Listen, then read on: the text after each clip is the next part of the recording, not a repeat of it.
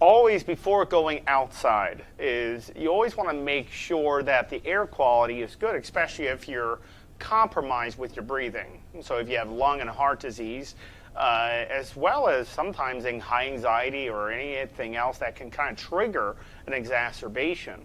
Now, mind you, the wildfires are in Canada, but there has been a state of emergencies. I don't want to. So basically, New York and Pennsylvania, specifically Lancaster, Pennsylvania, stated that do not get out of your house.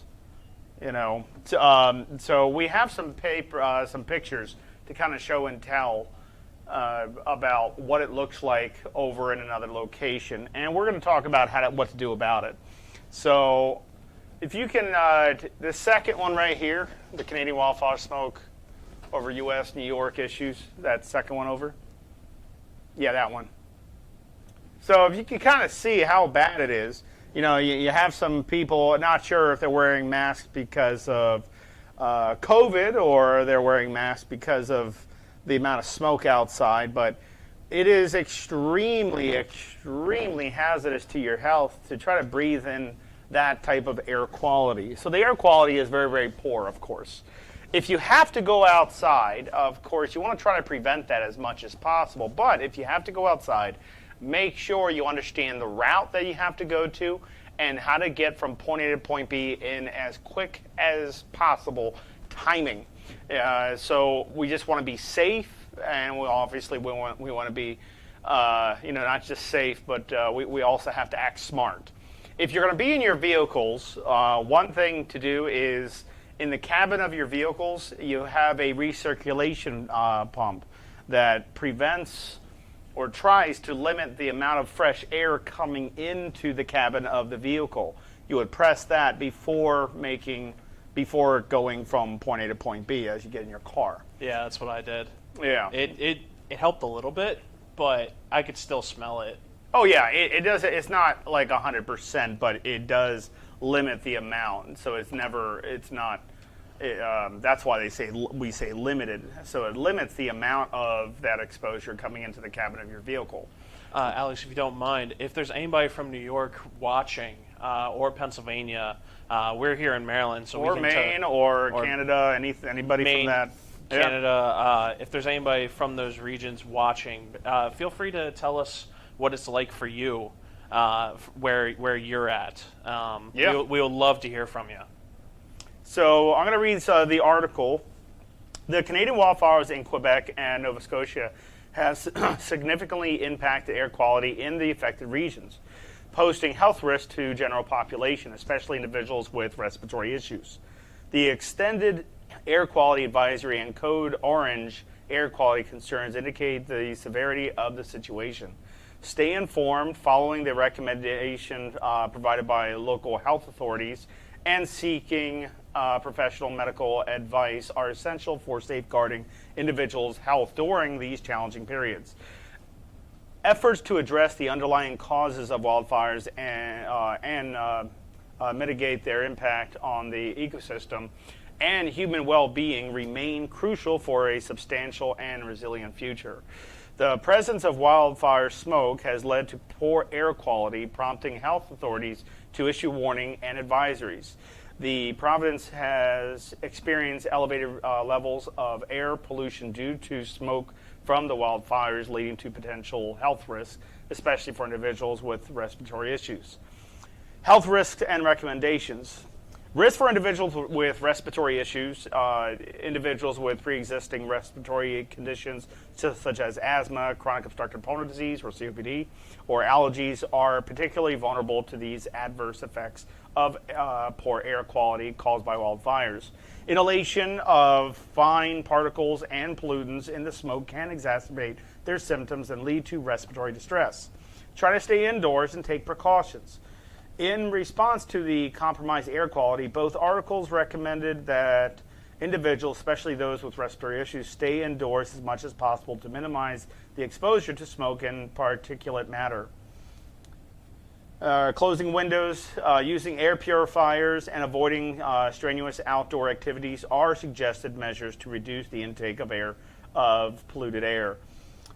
Consult healthcare providers. Individuals with respiratory conditions are advised to consult with their healthcare providers for personal guidance and to assure that they have appropriate medication and treatment plans in place.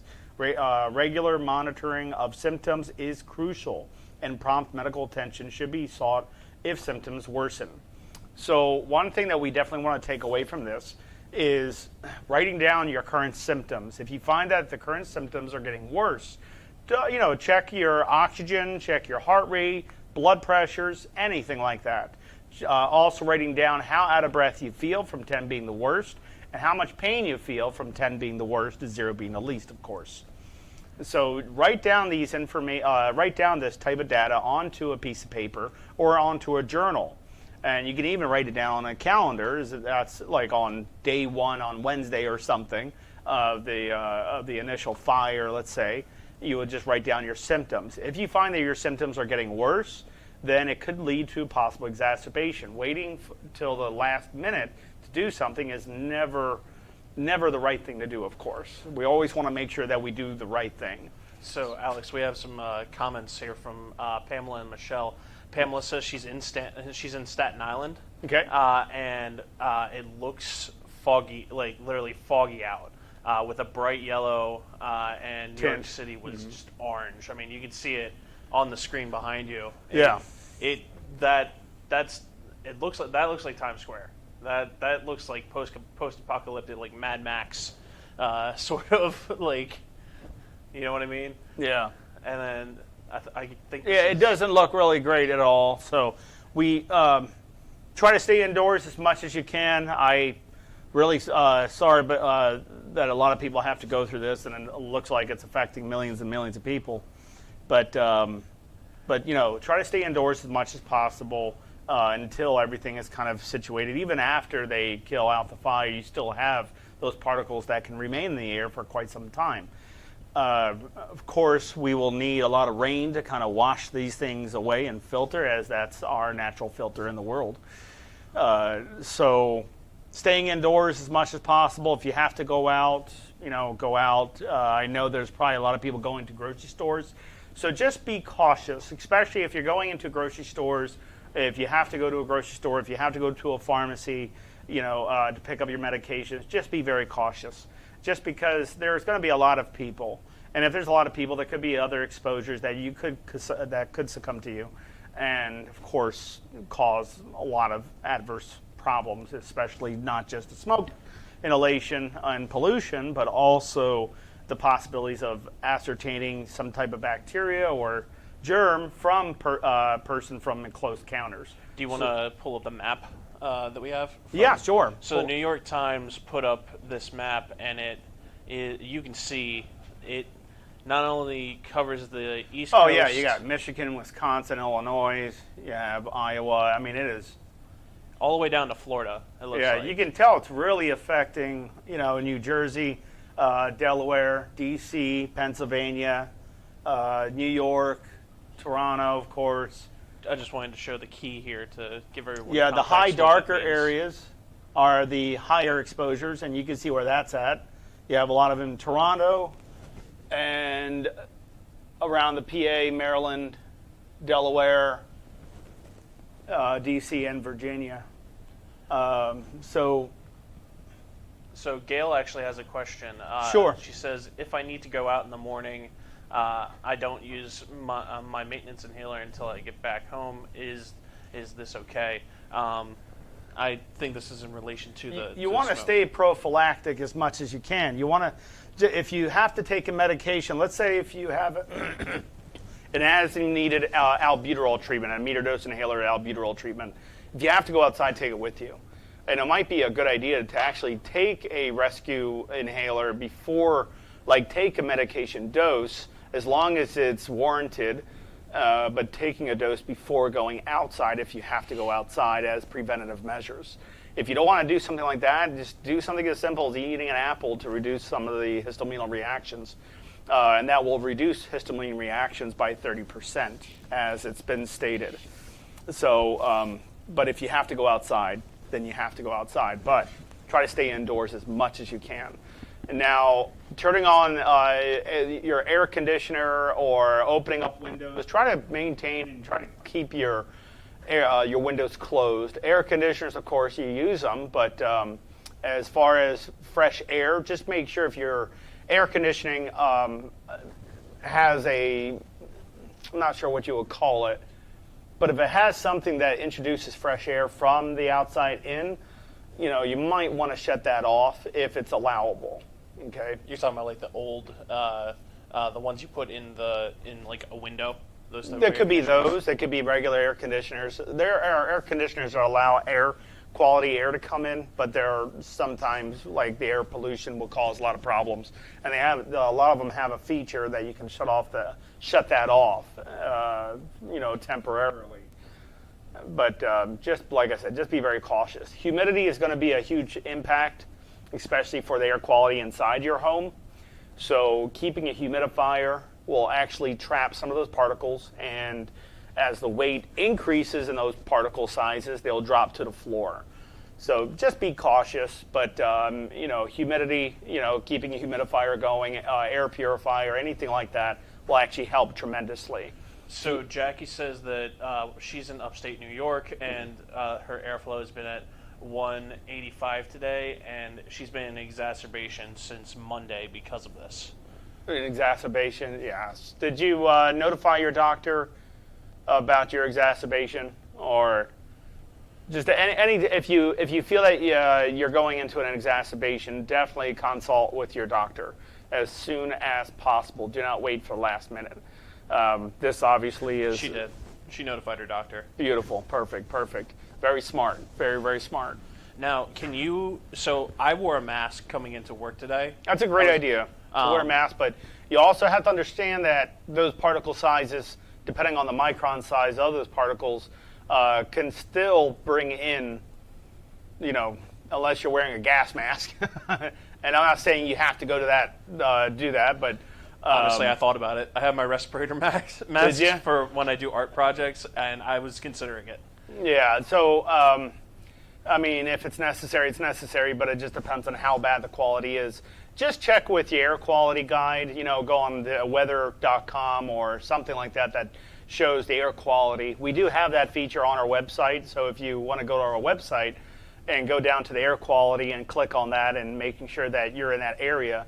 If you are in that area and it shows anything like, usually it's yellow or orange, especially red, obviously do not go outside. Those are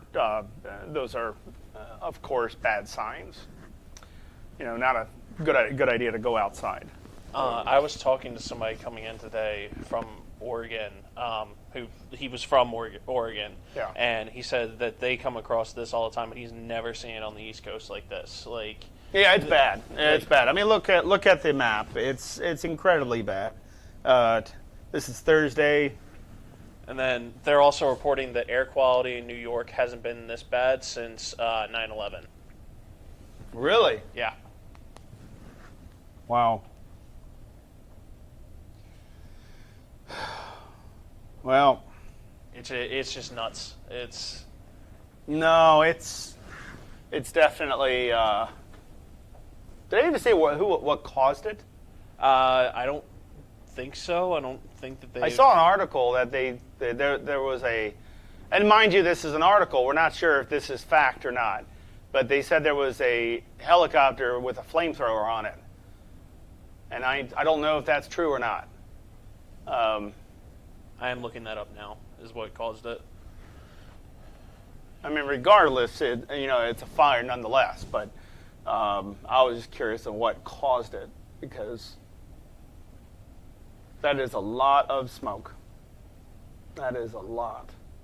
Yeah, you can see on the map here at the top, where it started and where it's coming from, and it's just. And you have some really high risks. Oh yeah. Blowing it down in the southeasterly direction. It's really affecting, most of the eastern part. We have Atlanta, Georgia, even in Dallas.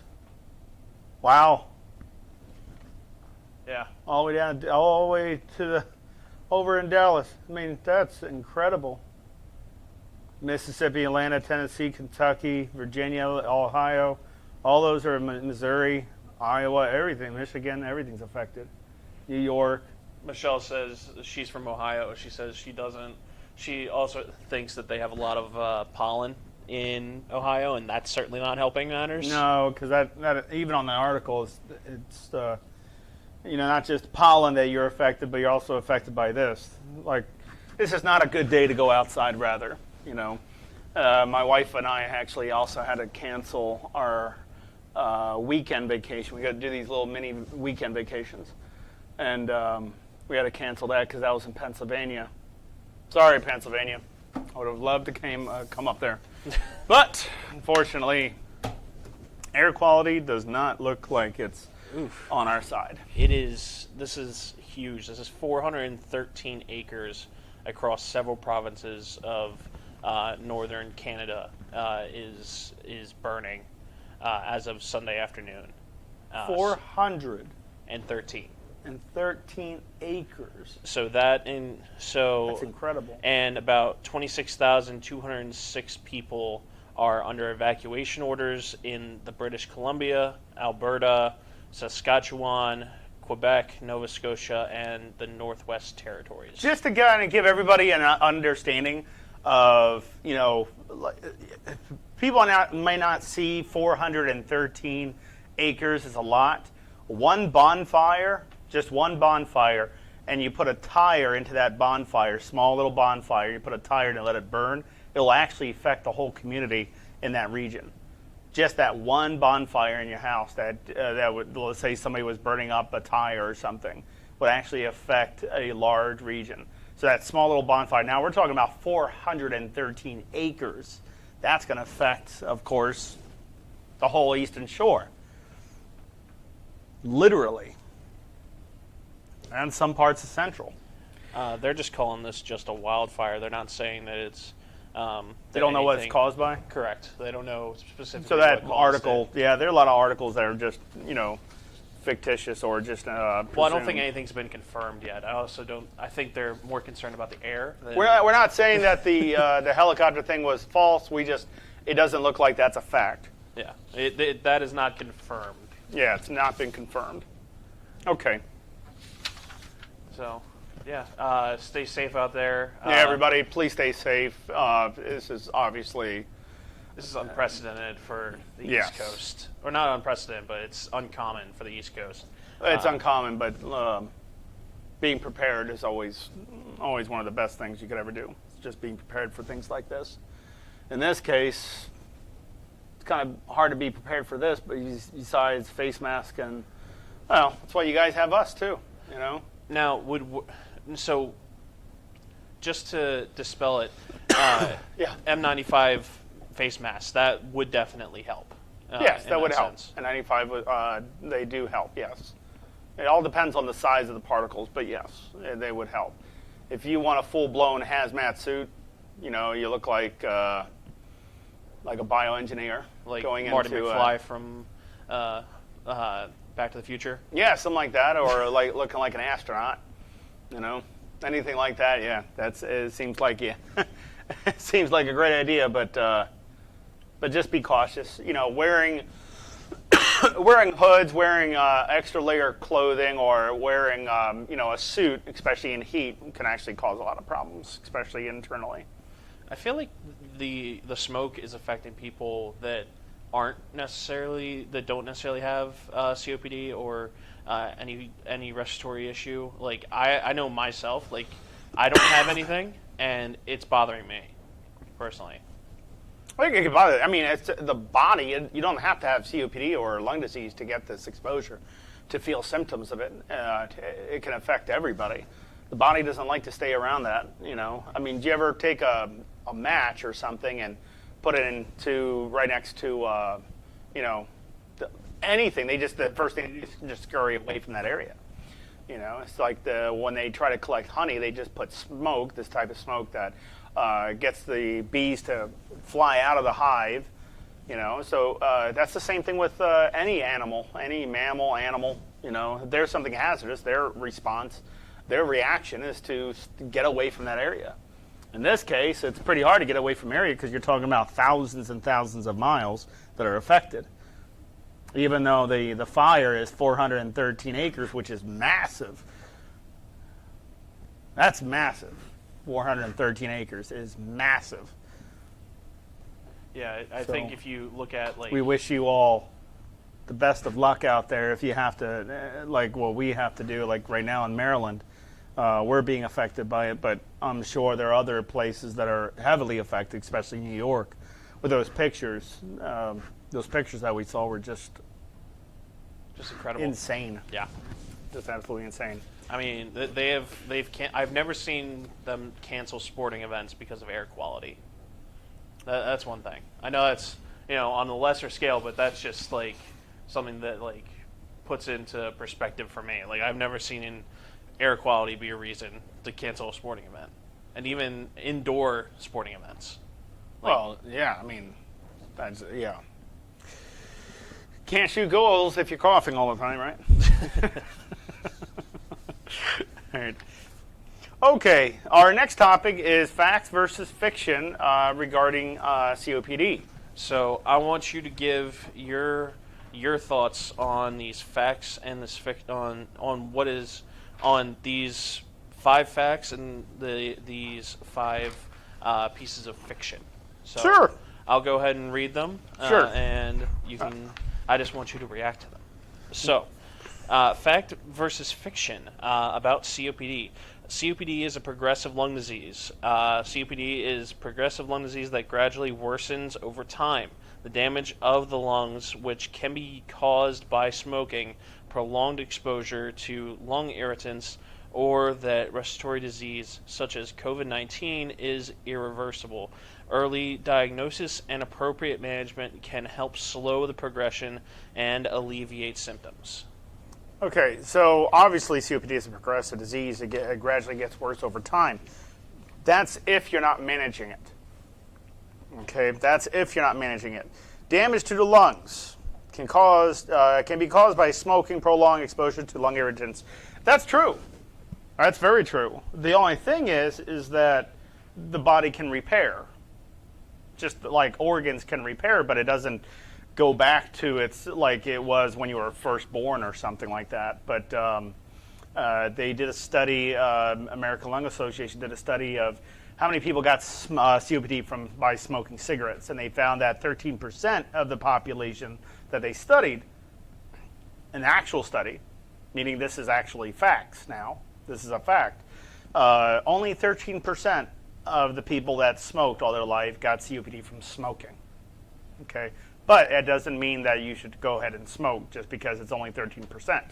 So if you were not aware of that, you can obviously look on the American Lung Association or type on Google or onto the internet and just type in something as simple as how many people got COPD from smoking and look at a study. Just look at that. Might have to go to another page on it, but no, specifically it's right on the root of Google. It's right on the root of Google? Yeah, it says 10 to 15%. I looked it up yesterday.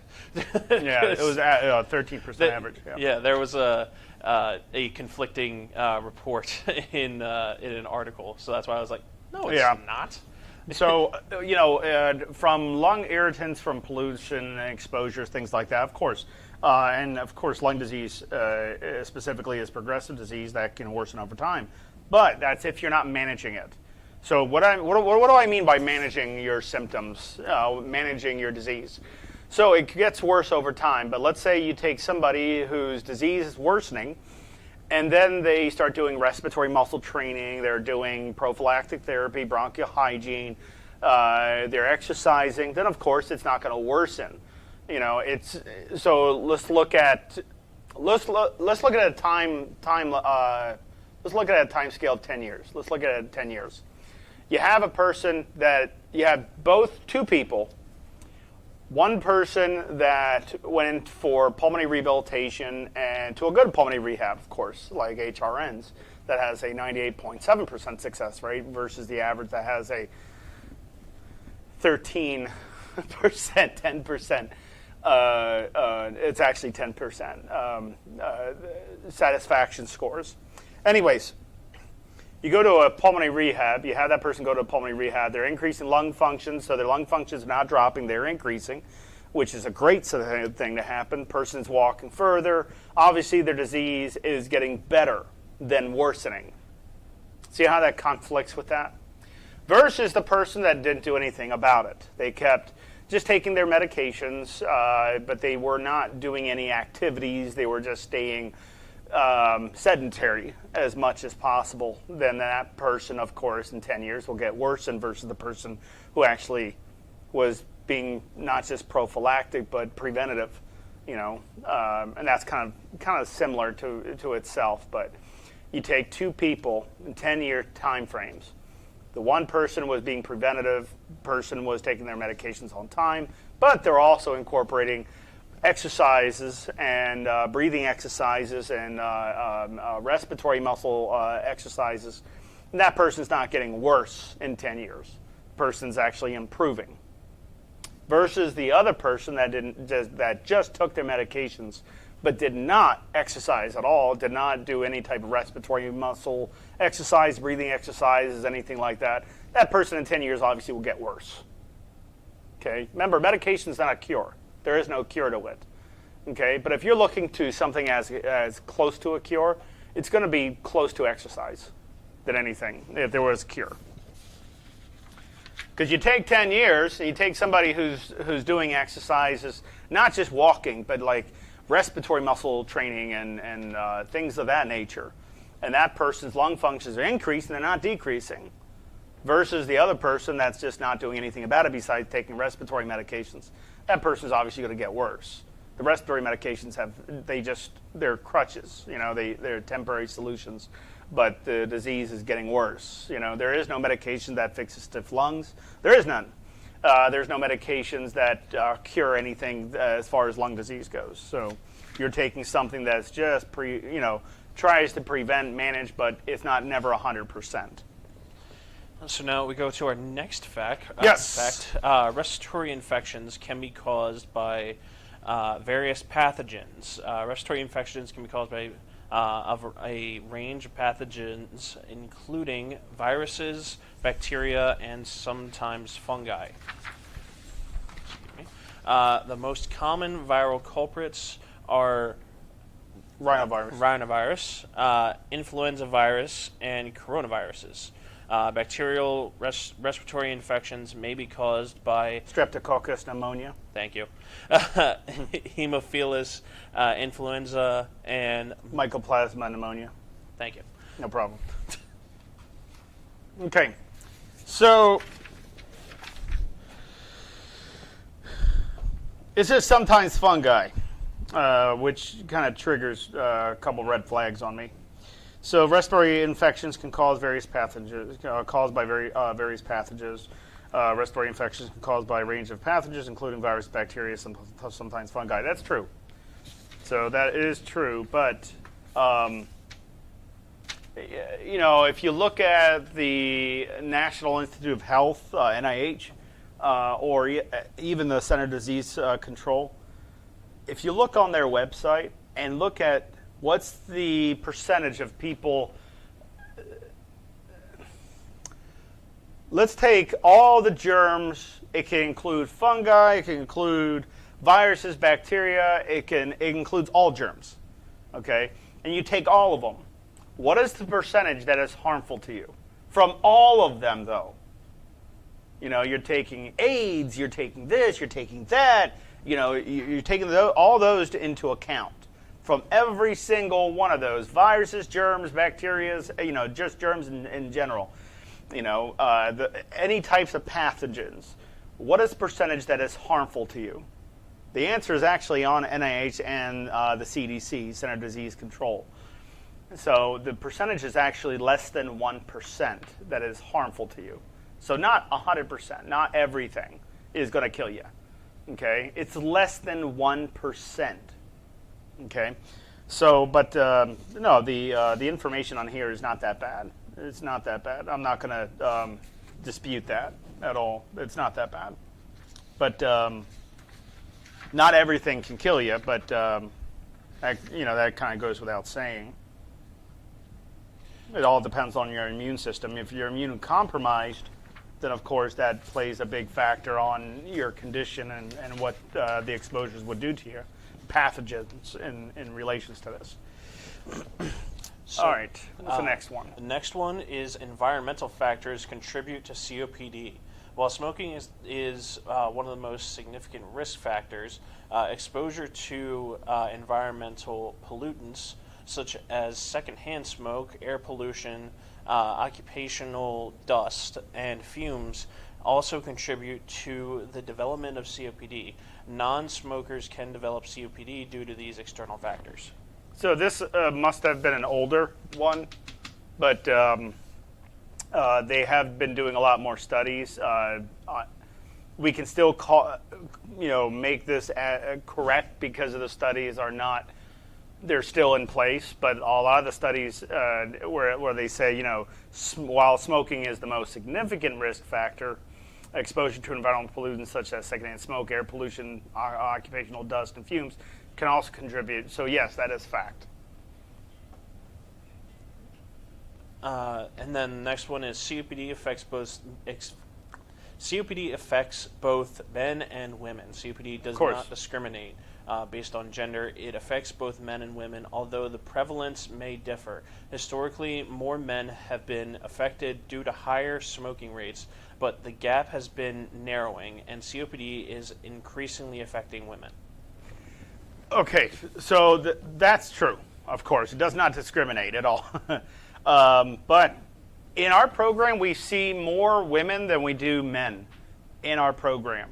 And the reason, the psychological reason behind that is some men are very stubborn, like I'm stubborn, okay?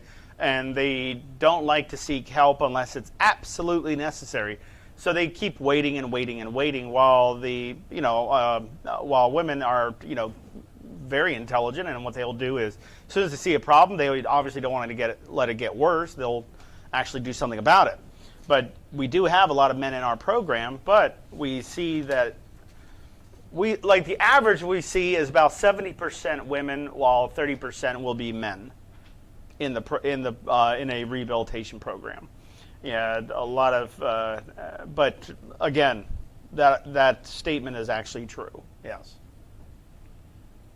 And the last one, under the fact side, per this article, is shortness of breath is a common symptom. Shortness of breath, also known as dyspnea, is a hallmark symptom of COPD. As the disease progresses, individuals may experience breathlessness even during mild physical exertion. This symptom can significantly impact daily activities and quality of life. Okay.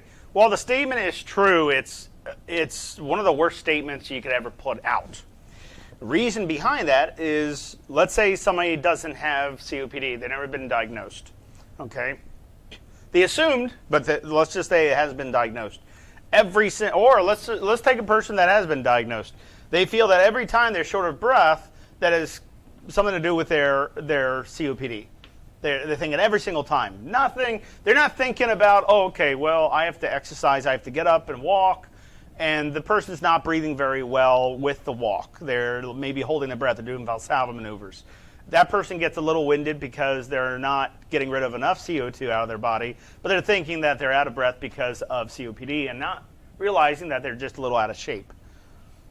Okay? So I hate that statement. I really do. I'm using the word hate here. I hate that statement because a lot of patients think that, my shortness of breath is getting worse. What have you been doing? Well, not much, because my shortness of breath is getting worse. I said, well, that's the reason. He says, yeah, but I'm short of breath because of my COPD. How do you know it's not because you're out of shape? How do you know it's because your muscles aren't weak? How do you know it's not because of anxiety? How do you know it's not because of some blood chemistry in your body? How do you know that? You don't. You don't. That's why you go to specialists who are licensed, who do the clinical work for the patients to make their patients' lives better. But I hate that statement. So you could almost say it's an incomplete statement. Because every single time somebody gets out of breath, first thing you do is they grab in their inhaler And they're like, do, you know, like status manicus. And they'll take their inhaler and they'll just use it, abuse it, because they're like, oh, I'm out of breath. You know, let me do this. My doctor said when I'm out of breath. Out of breath is caused by anybody. You don't have to have COPD to be out of breath. Being out of breath sitting still is different versus being out of breath exercising. Okay? But being completely out of breath, that's so vague. It's so vague to understand out of breath. Out of breath should be always in a scale. Okay? Out of breath. How out of breath do you feel? Like 10 being the worst, 0 being the least. Well, I'm at a 2 or a 3. Then you're like every single Jane and Joe that exists in this world. You should be using talk test, Borg scale. Yes.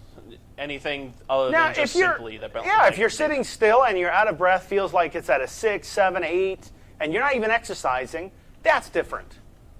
That's different. So how out of breath?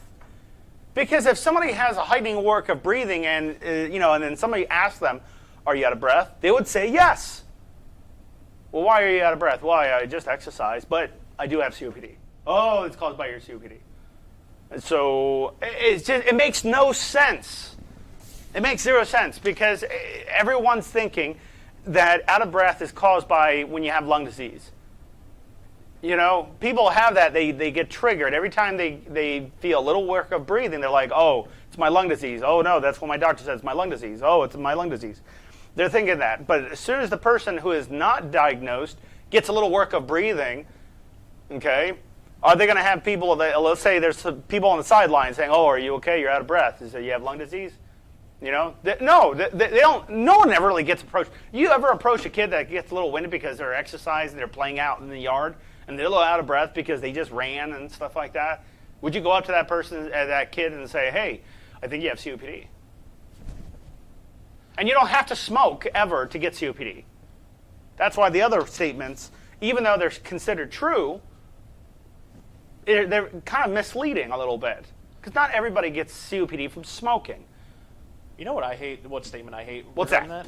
Whenever you don't have COPD and you're exerting yourself, everyone and you're out of breath, you're winded because you just did. Say you walked upstairs. People ask you, "Are you okay?" It's like, yeah, I just exerted myself. Sorry.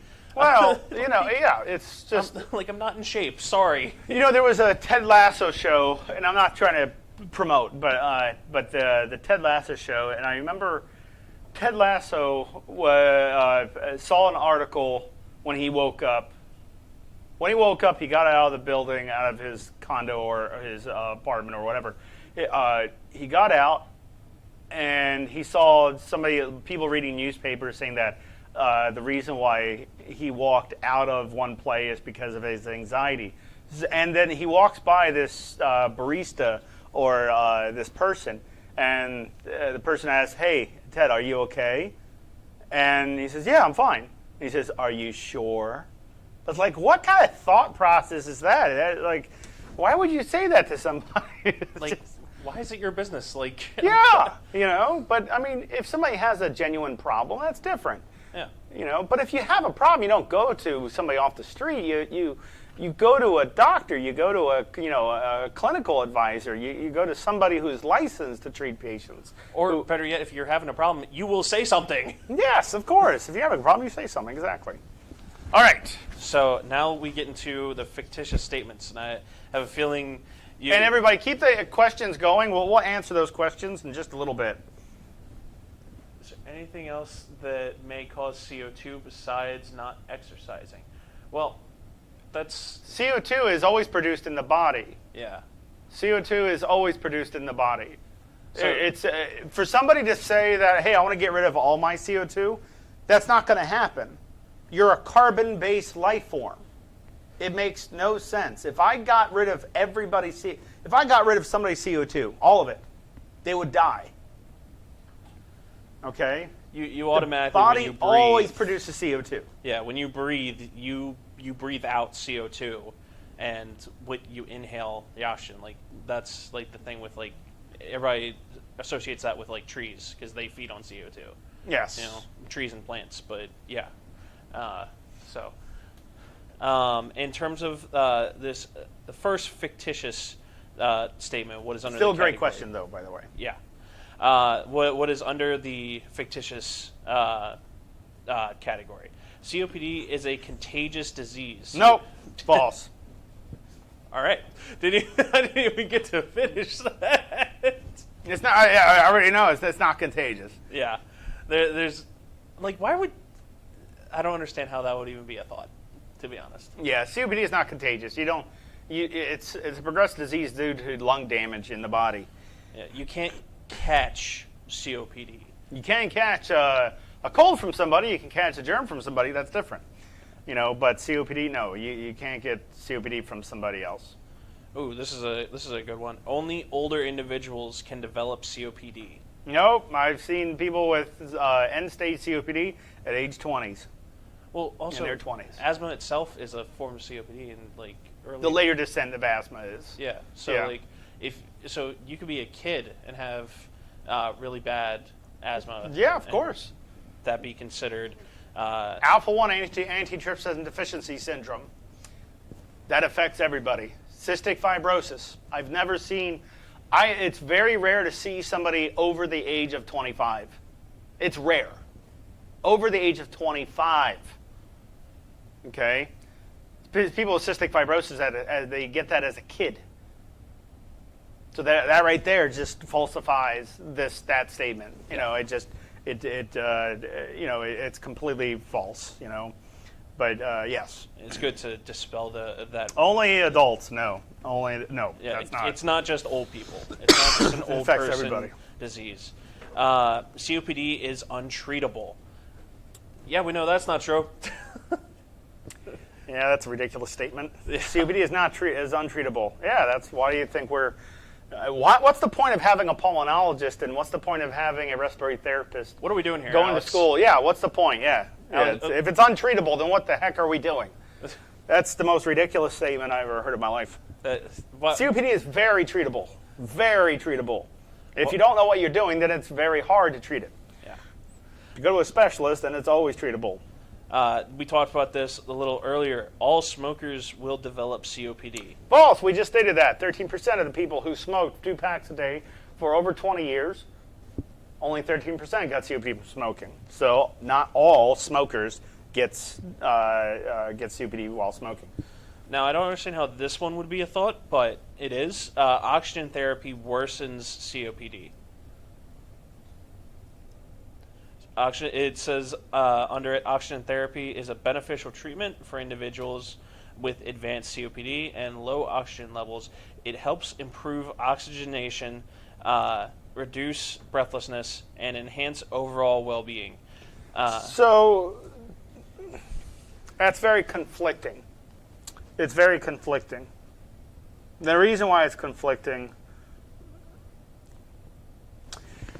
It also says let's say you do this. Let's say you do this.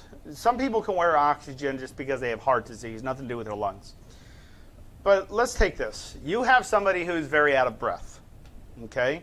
Gets out of breath, and they're thinking, let me increase my oxygen when it's a CO2 problem, not an oxygenation issue. Low oxygen doesn't really cause out of breath. It's CO2 that causes out of breath, okay?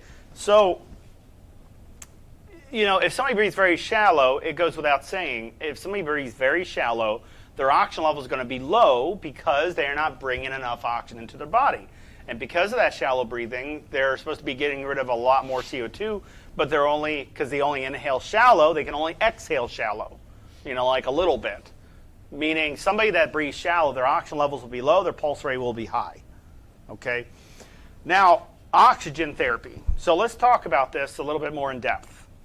You have somebody who has COPD, and the person's wearing supplemental oxygen, let's just say average 2 to 3 liters per minute.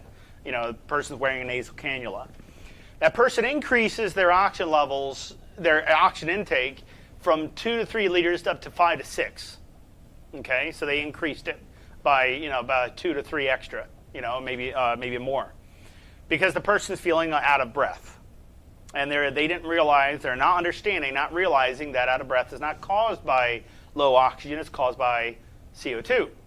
So how does the body reject too much of anything? Let's say I try to drink a gallon of milk. What does my body do? Vomit it out. Okay? Let's say I ate something that was very bad and I got food poisoning. What does my body try to do? Vomit it out. It tries to get rid of it. How does your body try to get rid of too much oxygen? In this case, 6 liters, 7 liters. Yeah, that can be lethal. Okay? So, can it worsen symptoms? Yes, of course it can. Of course it can worsen symptoms. Because how does the body reject it? Slows the heart rate down. Before I brought up some people with heart disease can be on oxygen. It's relatable to this. When you increase oxygen, the heart rate is going to slow down. How does CO2 from your legs, from your brain, from your arms, from any part of your body, how does the CO2 travel to your lungs so you can breathe out the CO2? Your heart does that. So you increase your oxygen, you're going to slow down your heart. It's just what's going to happen. You start slowing your heart rate down, okay, and it takes away the drive to breathe. It literally is a thing. You increase oxygen too much, it's going to make you feel good, right? Well, so does heroin. Yeah? So why would you even think about doing something as silly as increasing your own oxygen, and you're wondering why you go back and forth to the hospital? Your oxygen levels are fantastic, but your CO2 levels are all the way up to the roof. And why is that? Because you slowed your heart rate down, kept the CO2 climbing in your body because the heart rate wasn't moving the CO2 fast enough out of your system. You can breathe as fast as you want, but if the CO2 is not coming out as effectively, because maybe you have inflammation, maybe you have, IPF, maybe you have, as the idiopathic pulmonary fibrosis, maybe you have a lot of other problems.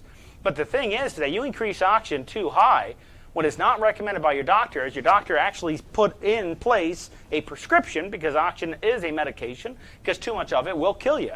You increase oxygen too high, too much, yeah, it's going to knock out your respiratory drive, your drive to breathe. Another reason why people with COPD that wear a lot of supplemental oxygen usually tend to breathe very shallow, because that supplemental oxygen is going to what? Is it going to threaten, is it going to worsen COPD? Some people need supplemental oxygen.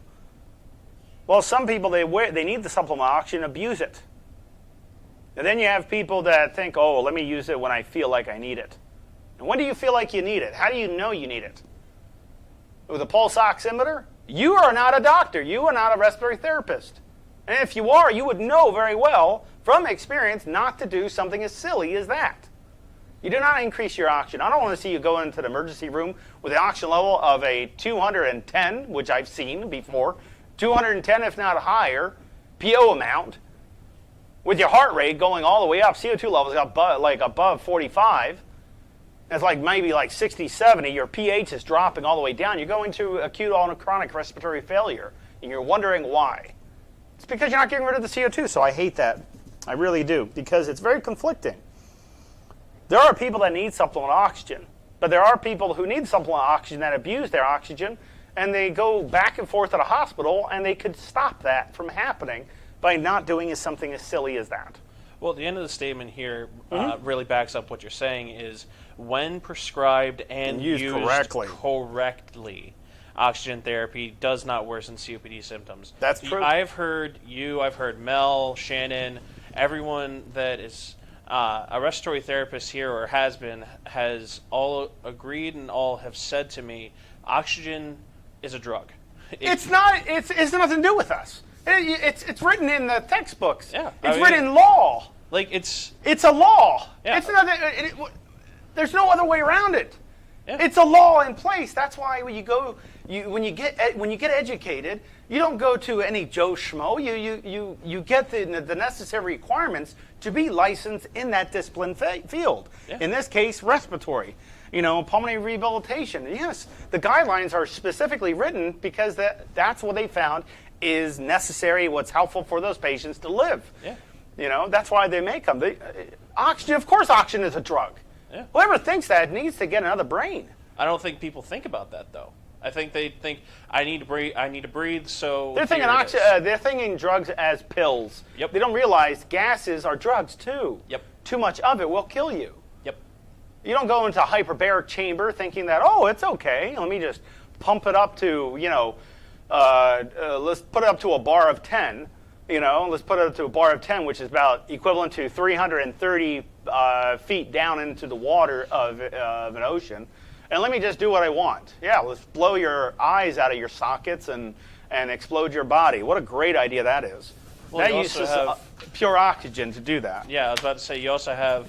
ridiculous. You also have other places that we're not going to name right now that are advertising pure oxygen as a way to, like, non-regulated oxygen. And they're selling it. They're selling it, but if you look on the canister, it doesn't say it's FDA approved. Yeah. Because it hasn't gone through the FDA requirements. You don't ever do something without FDA approval. Never grab something and say, oh, it's okay. I saw it on this thing, and I saw it on that. No. Get no facts. Get the facts done. It's the worst thing you could ever do is try to diagnose your own self. Go on to WebMD and oh, I have anxiety, I have this, I have that. Well, all these things came up, and possibilities I might have cancer, possibilities I have this. That would just leave you with the worst anxiety ever, and after you read all that, you're probably depressed. Don't do that stuff to yourself. Why would you do that to yourself? Why would anybody do that to yourself? Don't ever do that. That's awful. People will go through WebMD, Google, just on the internet themselves, type in their symptoms. Again, and I've said this before on the show, Google doesn't know you. Google is not an FDA thing. It's not also it's medical. Not a doctor. It will take your symptoms and be like, okay, well, it could be this, it could be that, it could be this, and you're just going to increase your anxiety. Yeah. Hey, well, why don't you do one? Do a work of breathing and show everybody. Go on to Google and type in I have shortness of breath. Just do something as simple as that. Bear with me here. Sure.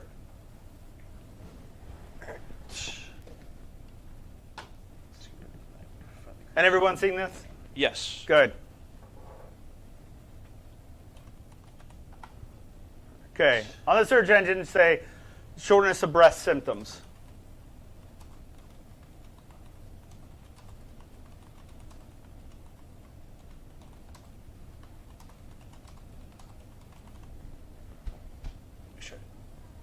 Does that say breath or breath? Oh, yeah, it says breath. I would have just kept it simple, but sure. Go ahead.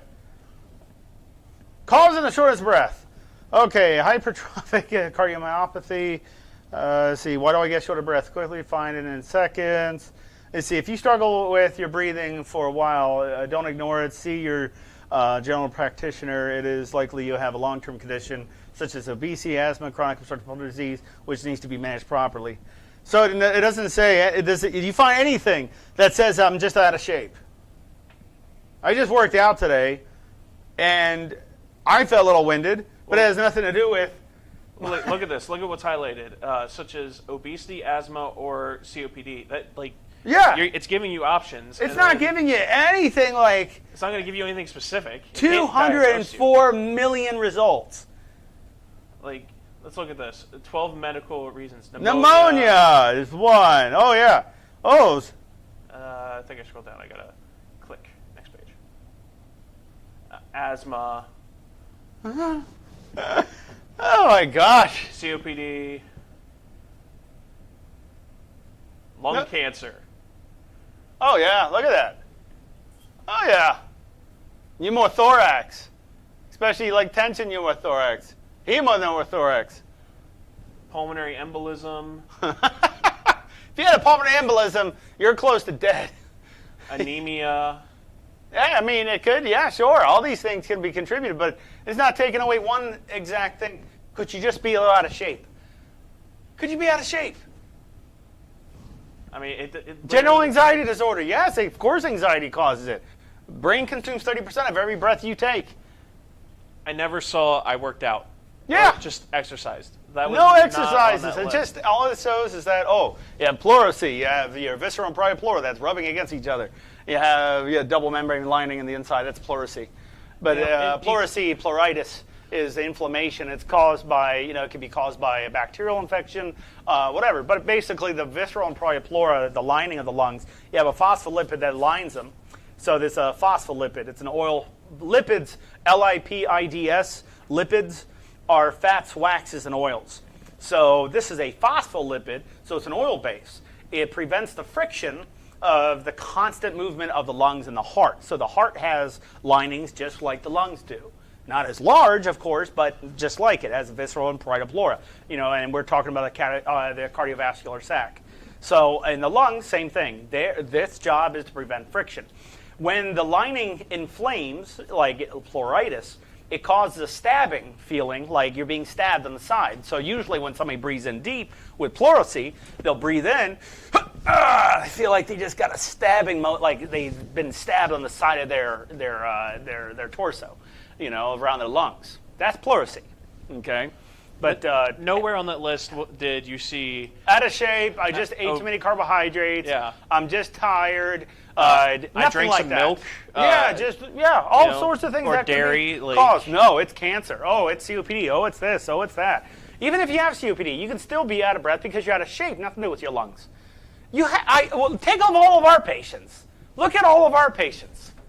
A lot of our patients have COPD. And you know what? Mostly all of them. Because guess what? Because we have a heart disease side too. Where we do cardio rehabilitation, not just pulmonary rehabilitations, cardiopulmonary rehabilitation. But you have people with lung disease, and we have patients that have lung and heart disease, and we rehabilitate them, meaning they don't stay the same; they improved. Okay, so a lot of these people are walking like 3-5 miles. Not kidding. When they can only do like 5-10 feet when they first started. They have COPD. Their shortness of breath is because why? Are they getting out of breath because 3 to 5 miles? Think about that for a second.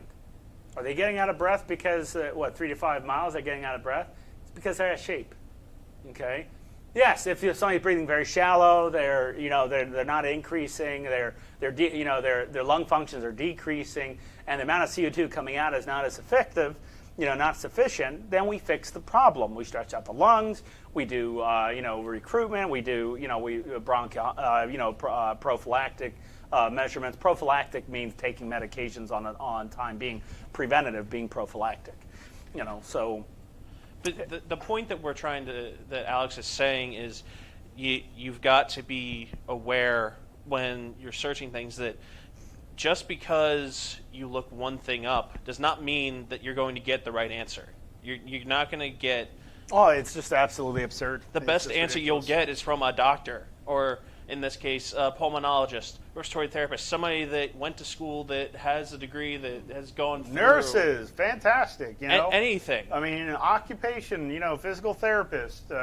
Just anybody who went to school for disease. Like lung disease, heart disease. You might not think of an occupation. You might not think of a nurse.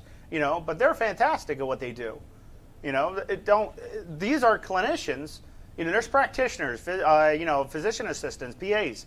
Those people are fantastic at what they do. Doctors, fantastic at what they do. They have knowledge behind these. They understand these things. But let's say you take a pulmonologist. Not every pulmonologist is going to know the importance of pulmonary rehabilitation, versus the pulmonologists that use pulmonary rehab to their advantage for their patients. They see a better outcome. Yeah. So that's the world we live in, guys. Everybody. Before we sign off, because we're running low on time here, we have some comments here. Yes, let's go over some comments. Let's see here. Pamela says she's been doing My New Lungs, the program, since Saturday, and it has helped her so much in such a short time. Thank you so much. You're very, very welcome. Very welcome, Pamela. Why isn't everybody else joining it? We want to see people get better. We don't want to see people just keep complaining about their symptoms, not doing anything about it. Well, Glenda says that she's been doing 25 to 30 minutes a day on the treadmill, and when she does her oxygen levels, she's found that they've been going up, and has also been taking her oxygen levels after doing her Delta V exercises. She's doing Delta V exercise. Okay, that's okay. Good. And she wants to know, and after doing my oxygen, I guess her question is, should she also do it after doing her Delta V exercises, I think, if I'm reading this correctly? I'm sorry, Glenda, if I'm butchering your question.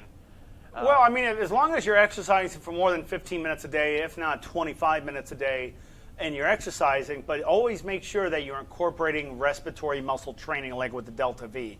Just because if you just jumped, let's say you were just on a treadmill, but you didn't do any respiratory muscle training.